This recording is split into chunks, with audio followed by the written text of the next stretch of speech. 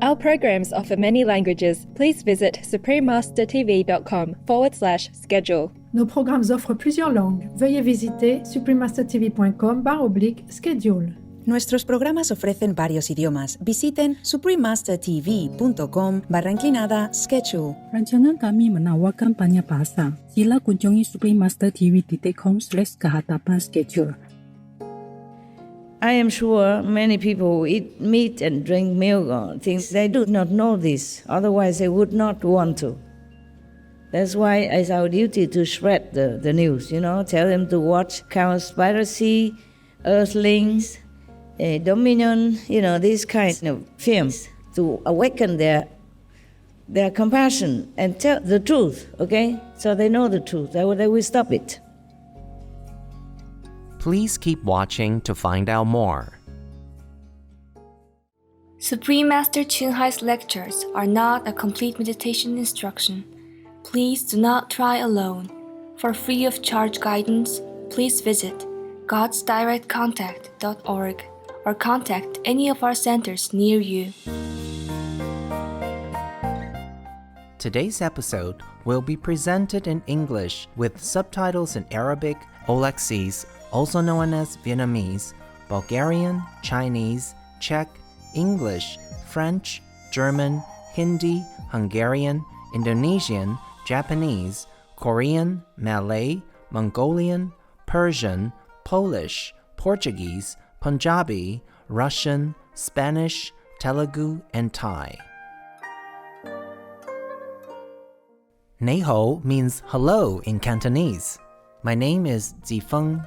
The radiant people of Hong Kong know that your diligently cultivated spiritual blessings are worth more than all the world's treasures and wish you continued progress. Hong Kong is a collection of 260 beautiful islands. The name is derived from Aberdeen in southern Hong Kong, which translates to fragrant harbor, and was inspired by the fragrant wood products and incense that were once traded in the town.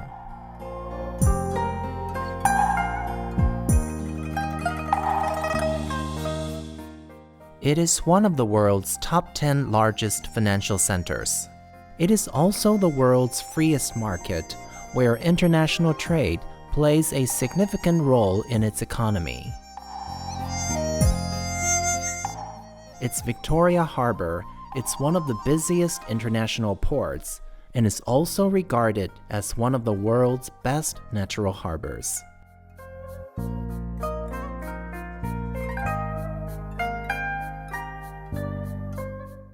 We were thrilled to share interesting facts about mesmerizing Hong Kong with you, brilliant viewers.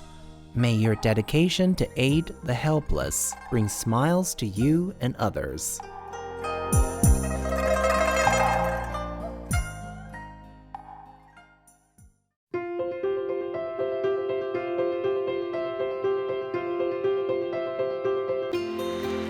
For decades, Supreme Master Ching Hai has illuminated our world with her divine teachings. A fully enlightened master, she imparts the Guanyin method of meditation to those desiring to immediately discover the God nature within, to achieve in one lifetime eternal liberation from the cycle of transmigration. The Guanyin method has been practiced by all enlightened masters, such as the worshipped world-honored one Shakyamuni Buddha, the worshipped Son of God Jesus Christ, the venerated master and philosopher Confucius, the venerated Lord Krishna, the venerated master and philosopher Lao Tzu, the venerated Lord Mahavira, the beloved Prophet Muhammad, peace be upon him, Sri Guru Nanak Dev Ji, and many more. Supreme Master Ching Hai emphasizes that if we always remember God, render selfless service to others, and follow the laws of the universe, we will reach our highest potential as humans and truly understand our purpose on earth. An extraordinary living example of compassion, she lovingly and regularly sends material and financial assistance to refugees, the homeless, natural disaster victims, and others needing relief.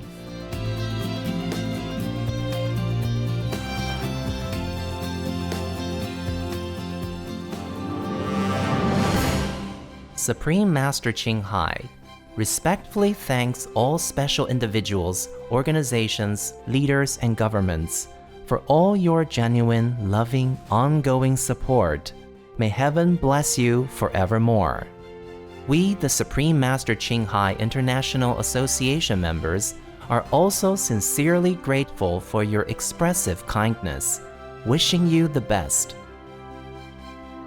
Supreme Master Ching Hai receives love and recognition from various organizations, media, governments, individuals, and many awards, such as the 2006 Gusi Peace Prize, considered the Nobel Peace Prize of the East, the World Spiritual Leadership Award in 1994, the Mahavir Award in 2008, February 22nd and October 25th, both proclaimed as the Supreme Master Ching Hai Day, an honorary citizen of the United States, etc., and has been honored throughout the years with numerous other awards and accolades for her outstanding philanthropic and humanitarian deeds.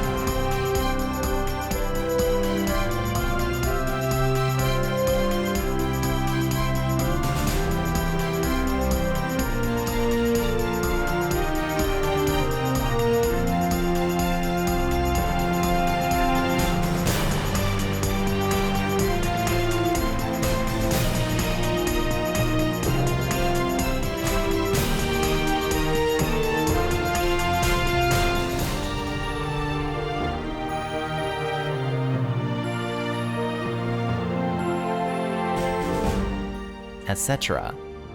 We apologize for not being able to show many other awards and honors for lack of space and time.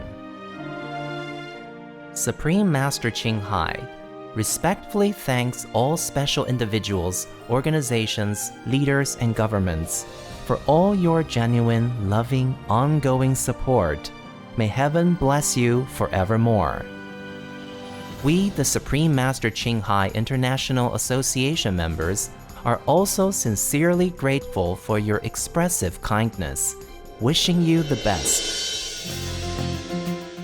A true voice for our beautiful animal friends, Supreme Master Ching Hai promotes the peaceful, loving, plant-based diet and envisions, with humanity's awakening to the sacredness of all life, a tranquil and glorious all-vegan world where animals and people live in respectful harmony. Her initiatives included alternative living flyer distribution, the international vegan restaurants Loving Hut, vegan food companies, vegan fur products, Supreme Master Television, as well as writing and speaking to influential government and media leaders, participating in televised conferences on climate change, etc. Whether we're aware of it or not, her efforts have had an enormous influence on global awareness of the animal-friendly lifestyle and how this benevolent way can bring lasting peace among nations while saving our planet from climate change and disasters. Supreme Master Ching Hai has traveled worldwide and held discourses with the public and her disciples on a variety of spiritual topics. Today we are blessed to present one of these insightful lectures entitled Sutta Nipāta, Dhaniya the Cattleman, Part 3 of 9, on Between Master and Disciples, given in English on December 30th, 2019, in New Land Ashram, Taiwan, also known as Formosa.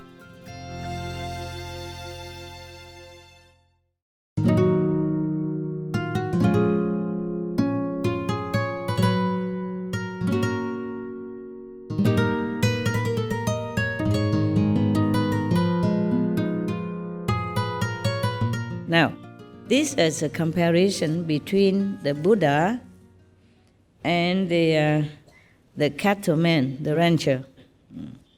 It's not explained here how this comparison came about. Maybe just at random, some monks just thinking that why you have to be a monk. What's the difference between the Buddha and any ordinary person? And they picked a cattleman, a man who has a herd of cows or oxen to take care of them, to use them to till the land, and to use them to make a living for himself, of course. So here the verse is to compare the two of them. The word enlightened one, word honored one, and the cattleman. Okay. First, the cattleman, as if they were speaking with each other, like a conversation. Like the cattleman says something, and the Buddha says something else, like opposing it. Yeah? How many of you know this? Nipāta, cattleman and Buddha? How many of you nuns and monks know? Did you have time to read this? No? Yes or no? No, no time. Oh, it's a lot. Okay. No? No? No? Okay. I also know. First time I read this. I read many other sutras, those easy ones. Lotus Sutra, Amitabha Buddha, Medicine Buddha Sutra, Diamond Sutra, blah, blah, blah, blah, but not this. In Vietnam, we don't always have the chance to get hold of too many sutras. Maybe they have some in this temple and some in that temple. Yes. And in the Western world, it's even less now. But some of the saintly people, like this Bhikkhu, Thanisaro, they took their time, with the best interests of other beings at heart, to translate, and sometimes explaining a little meaning here and there. So we definitely are very grateful to the great Bhikkhu. Okay. Actually, recently I asked them to collect more of the Tripitaka for me. So they send them from I don't know where, different countries in a box. And I also don't always have time, thanks to you, to read. I just read in between my...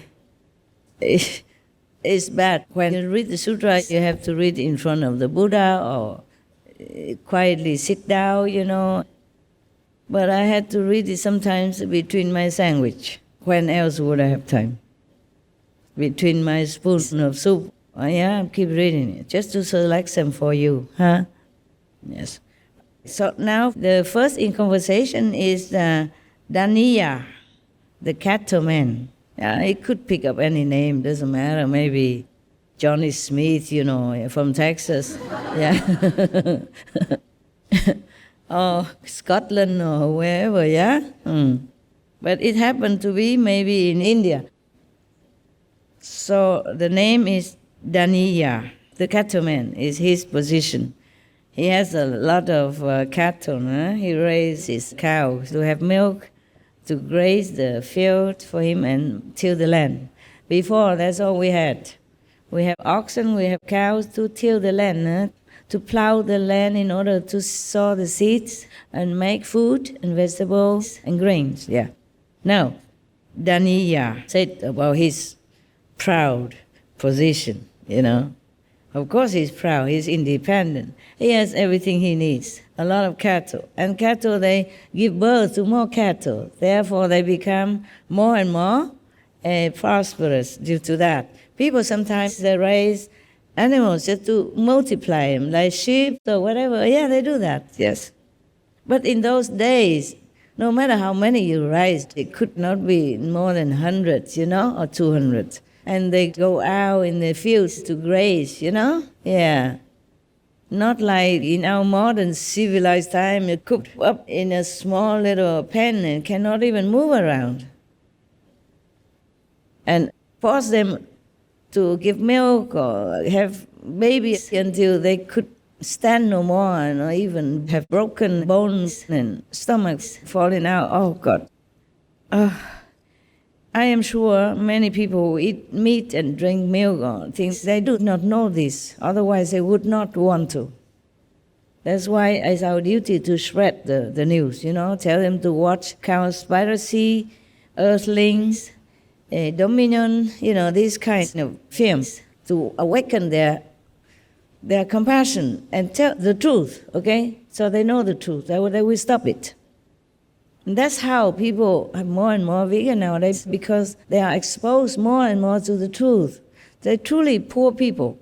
They know nothing. This is a work of the Maya, to make people know nothing. And then they commit sin and then torture them.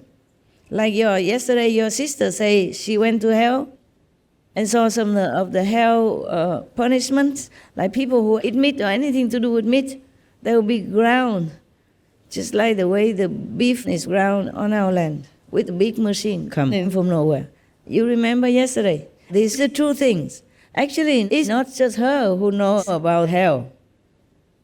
Aren't you glad you're vegan now? Yes. Thank your master, no?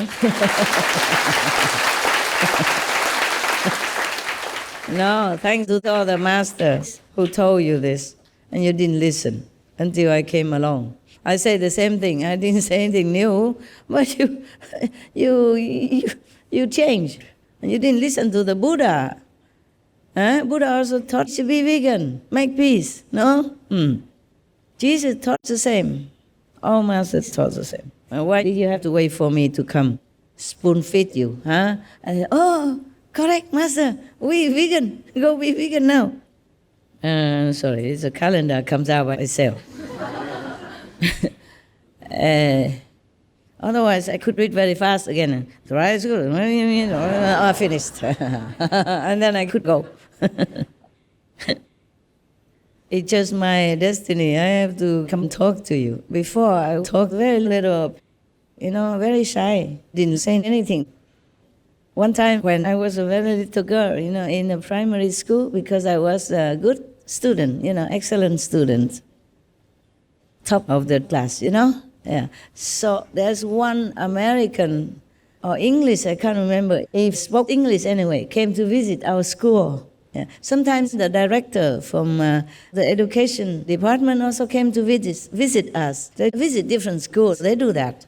And then that day, one of the directors of the education department came to visit us and brought along one English-speaking Westerner. Yeah. And he came and asked me, how are you? I understood nothing, of course. But then the director translated. It's for me. I didn't even answer anything. I was too shell-shocked. Who is this guy? I never saw this kind of man before. All I saw in my district was just cows, the cow herds, farmers, my parents, my sister. I never saw a Westerner before. So I was just shocked and just standing there saying nothing. Didn't answer at all. And they kept repeating again, didn't answer at all. Well, that's shy, okay? So shy, so shy. But I was always taken out of my shell to be introduced and even lent to another school to sing for that school, as if nobody else in the world knew how to sing. Oh, terrible. Yeah, I didn't sing all that well. I don't know why they keep borrowing me. Yeah. And I sing all right, but if you ask me anything, I didn't know how to answer. Yeah. No, so shy, And also, after being married, I never spoke much. Yeah. I told you already, I sat there listening to my ex's conversation with everybody else, and I wish I could speak some part like that. Not the whole thing, maybe, but a little part. I just could not say anything. I didn't know what to say. Yeah. And sometimes when I'm wrongly accused, I also don't know how to clear my name. I just take it. Even when I was in an ashram in India already and got some tiny enlightenment already. There was one time we were sitting, eating breakfast. Rarely that I could have some. Because sometimes they ate a lot, they ate all of it. When I came, it was done, It's only something they didn't like left over, maybe a little bit of salad or some uncooked bread or something. Half-baked chapati or what. So we were eating somehow. That day I was lucky, the cook was there and there were two Westerners with me. One was working together with me to help the master in that ashram, and another one was visiting disciples, of course, and we were sitting there and eating some chapati. Oh, it was delicious, always delicious. I was always hungry. When you have no responsibility, you are only a disciple, everything tastes delicious. And now even if they cook chapati for me, it doesn't taste the same anymore. Maybe the flour, or maybe who cooked it, or maybe I'm too full of other things in my head, and it goes to my stomach also, so it doesn't feel that tasty anymore. So we were sitting together and eating chapati, and it happened to be these potato-filled chapati. Very tasty. Oh, lovely. At that time, now you cook for me, don't worry, I don't taste much. And then I ate only one. And the other colleague, spiritual colleague, ate one. And there were two left. And the visitor, he helped himself, He finished all to clean the plate for us. And then I don't know if my colleague saw it or not, if he want to clean a confession out of the visitor or not. He blamed me. He said, huh? You're so small, but you eat a lot, huh? That's the last one you ate, huh? And I didn't know how to defend myself. I could have said, no, I didn't, but I didn't say anything. And in my mind, I was thinking, I don't want to embarrass the visitor. So I kept quiet. Zip. Yes. That's another time. In India and in New York, I was staying in a temple. I don't know if I told you all this before. Maybe I did. Pretend you didn't hear. I forgot. Forgive the old woman's memory. So one time, there was another female who lived in that temple at that time. She was a former nun from another temple, and then she disrobed herself and she came and stayed in this temple with me, with the master, of course. And then she sometimes cooked for us and etc., etc. And one time she did something wrong, very wrong. And the master thought it was me because I was supposed to do that work. I don't remember what. But he blamed me for that. Yeah, and he kind of remonstrated me. And I said nothing. I knew it's her. And she sat next to me. But I said nothing. I always worried that the other would get too embarrassed. Because I knew I didn't do it.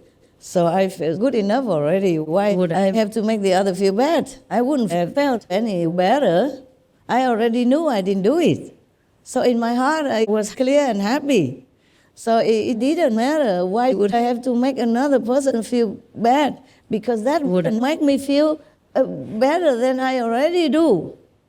Yeah, that's the reason in my conscious mind I think like that. It was not the first time, and many other times like that, and I'm happy to take the blame. I don't really care. Because in your heart you know you didn't do it. It's not like a life and death matter or something. Yeah. But if it was for somebody else, I'd be too outspoken. Like in the temple, they had a flat board like that, and they smeared some sticky kind of chemical. So all the cockroaches would be just hanging there by the back or the leg and could not move. Oh, I feel so bad, so bad. So I scolded the whole temple, including the abbot, the so-called master. And they could not say anything. First they said, it's just a little bit, it's not killing. I said, yeah. Talking about a little bit, how about sex, huh? Just a little bit of sex. Is it okay for you monks? And then, of course, they could not say anything. It's so quick. I was so quick and so sharp. Maybe I ate too much chili that day. Too sharp. So later the master, abbot said, oh, she's right. We won't do that again. I said, imagine it's you. Glue yourself to something and you cannot do anything. Oh, I was so mad. Because I feel so pained looking at that. Just imagine it's you, then you know what it is. Anything, just imagine it's you, then you know what to do. No need for anybody to teach you anything, right? Even a little insect, a little cockroach, they feel. They're stuck there, helpless. Oh, yeah. When it's for somebody else or some other being, I'm outright outspoken and fearless. But when it's for myself, I just sit there.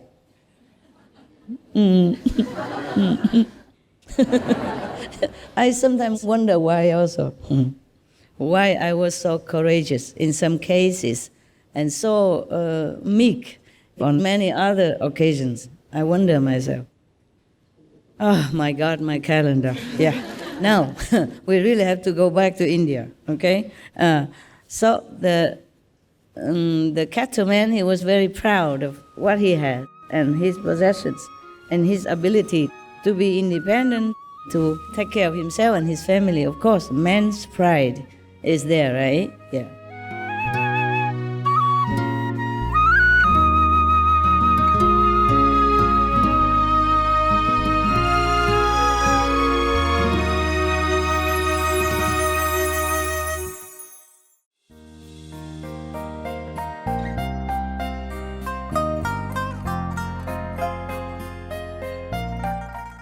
Gifted viewers, we appreciate your company for today's episode entitled Sutta Nipāta Dhaniya the Cattleman, Part 3 of 9 on Between Master and Disciples.